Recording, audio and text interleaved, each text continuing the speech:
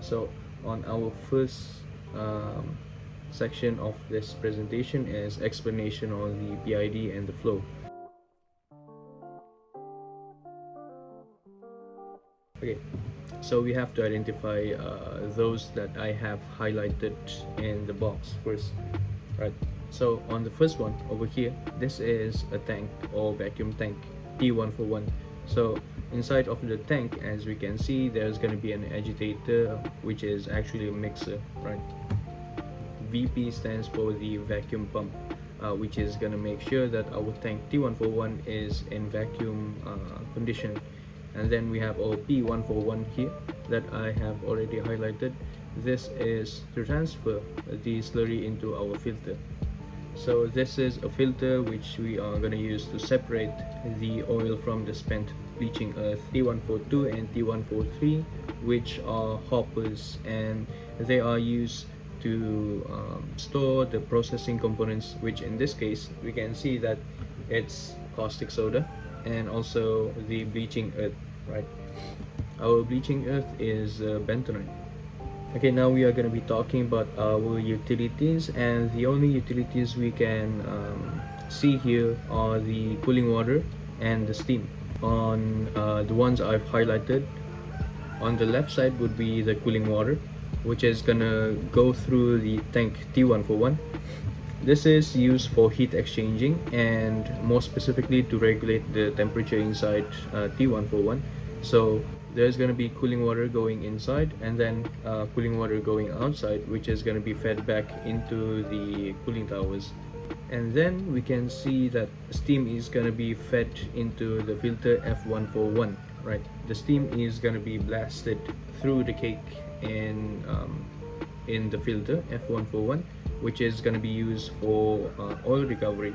Okay, so a few instruments can be seen from the diagram, right? So I'm going to be highlighting a few first and I'm going to be explaining on those. So there's going to be an SIC connected to the motor. What is the function for this? This is to control the stirring speed for the motor, which is AG141, right? So say for example, if we have a certain speed that we want to mix the components inside, we can set through the SIC, right? Okay, so on tank T141, right, there's going to be HLA, TI and PI. So what is HLA for the tank? So HLA functions as an alarm for the tank. So if the level inside the tank reaches a high level, the alarm is going to ring. And then next we have our TI, which is our temperature indicator. This is fairly straightforward. It's just used to monitor the temperature inside the tank T141. And then we have our PI, which is our pressure indicator. Similarly, as previously, it's going to be straightforward. It's just used to check the pressure inside our tank T141. Previously in my set, okay, now as you can see over here, right, we can see that SC is connected to pump P141. What is this? This is a speed controller, which if we want to control the speed of the pump, and any changes of the speed will affect the flow rate of the slurry going inside the filter, right? Okay, then over here, as we can see, there's gonna be an SIC connected to on top of the filter F141. What's the function for the TIC? This is to show us the temperature going inside the filter, right? And then now the ones I've highlighted on top of the hopper T142, right? There's going to be TE, and then we have TIC, which is going to be connected to HT142, right? So what is this? This is actually a feedback control strategy where TE is an element and TIC is the controller. Any slight changes, it's going to feed back into the TIC, and then it will tell the HT142 that either the temperature has dropped and it's going to increase the temperature, or the temperature inside is too much, so it's going to lower the temperature through HT142, T142, right? And then on the other side of tank T142, there's going to be a TI, which is temperature indicator, to monitor the temperature inside.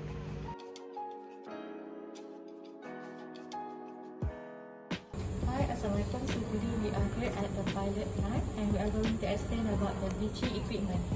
So here we have the equipment is vacuum pump, which is VP141, and then we have the filter F141, and then we have the polar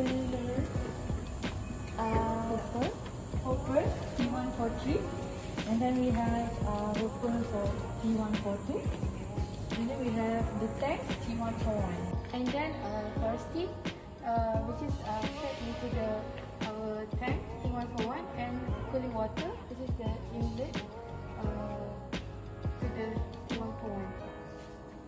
So firstly, our CPO samples and phosphoric acid will be stuffed by using this hose into the main vessel T141. So next we need to open the valve here to ensure the conditions inside this vessel in vacuum mode, where we need to monitor by using digital gauge. So as you can see here. So next we are going to put inside this hopper, which is T143, the bleaching earth, for about 1%, and then let it stir for around 30 minutes until 1 hour, and the temperature will be 110. After being mixed inside using this agitator over here, we are gonna go through the filter, okay, which is on the PNID is F141. So our final product, which is the RBPO, is gonna be extracted using this over here. Okay, this outlet over here. So one of the main problems that we have identified during refining is the formation of 3-MCPD and GE. So these are the most common group of contaminants. Even though 3-MCPDs are considered safe for consumption, there are potential health concerns currently, right?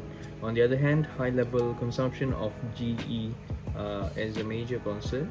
Why is this? Because they are genotoxic and they are also carcinogenic. That means that it may cause damage to the DNA and also may cause cancer, right? So how are they formed?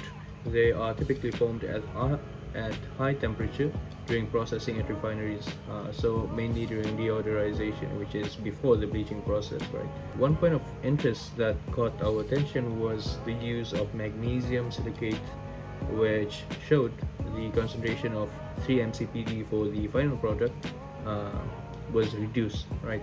So referring to one of the study for optimization of the bleaching process, it proposes dual filtration bleaching, which configured a filter prior the vacuum bleacher where it utilizes magnesium silicate. So based on the previous PID that we obtained, this is what we have optimized it following on the optimization study, which utilizes dual filtration, right?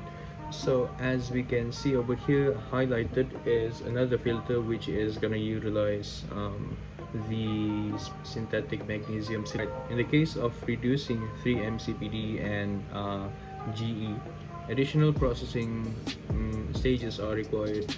This goes throughout other processes, but in terms of the bleaching process, the proposed strategy that we have come to design was an optimized PID, which includes dual filtration, which utilizes a filter prior the vacuum tank and also after the vacuum tank. And then we are going to utilize two types of bleaching earth, right?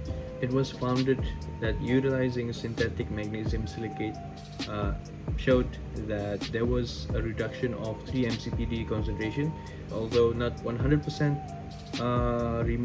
removal of these unwanted contaminants. We are still going to reduce the concentration of the 3-MCPDs and also GEs actually by a staggering 67%, and that's good enough, right?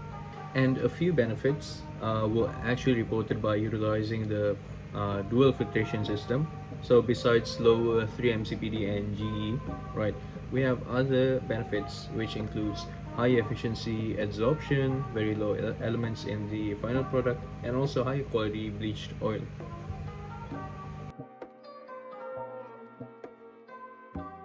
So first, Malaysia is the second major producer for palm oil. So logically, that means in Malaysia there are many refineries. Hence, it was reported in 2018 that Malaysia produced 135 million tons of combined waste from refineries. Reported that 17,000 tons of SBE was produced annually. Right. This number may have increased. The current, I would say, traditional method of disposing is dumping on disposal site. The cost for disposal is actually very high. So the only sustainable way of disposing SBE is by utilizing it on other activities. So the proposed product, it utilizes SBE to be a biofertilizer through composting. We are focusing on the agricultural industry. And why are we gonna focus on the agricultural industry is because the world's largest industry is actually agricultural industry, which actually generates 1.3 trillion US dollars annually. So there was actually a market report by Cision on the worldwide fertilizer market. In 2020 alone, a total sum of 83.5 billion alone was generated in, and the number is actually forecasted to increase up until 1.69% until 2027, and this translates to an increase in demand for obtaining higher crop yields by farmers, right? And one of the components to obtain higher yields would be fertilizers. So as we can see over here in table number 5, this is actually a result of field trial. What does this mean? That there was an increment of around 60% of the yield. A is to compare the height, B is to compare the size of the leaf, C is going to be comparing the diameter of the stem, and D is going to be comparing the fruit size, right? There's not much difference in the stem diameter, but as we move forward to the picture in D, which is the fruit size, there's an increase, right? So A was the control, B was using chicken litter. Those shows not much increase in the size, but C, which utilizes SB fertilizer, shows a much bigger fruit yield, right? Hence, to conclude today's presentation, right, utilizing SBE on other products helps to reduce the problem of disposal by refineries, right? And then refineries, on the other hand, it benefits on the reduction of costs of traditional disposing, and they also may take this opportunity to generate revenue by selling or trading the SBE, right, putting value on the SBE. So the targeted market can actually range from large scale farms to like casual gardeners, gardeners at home, right? And we have to highlight one benefit for utilizing SBE. The NPK ratio or composition is actually can be further improved, and it may be developed to fit certain plants if needed. So with that, thank you for watching our video.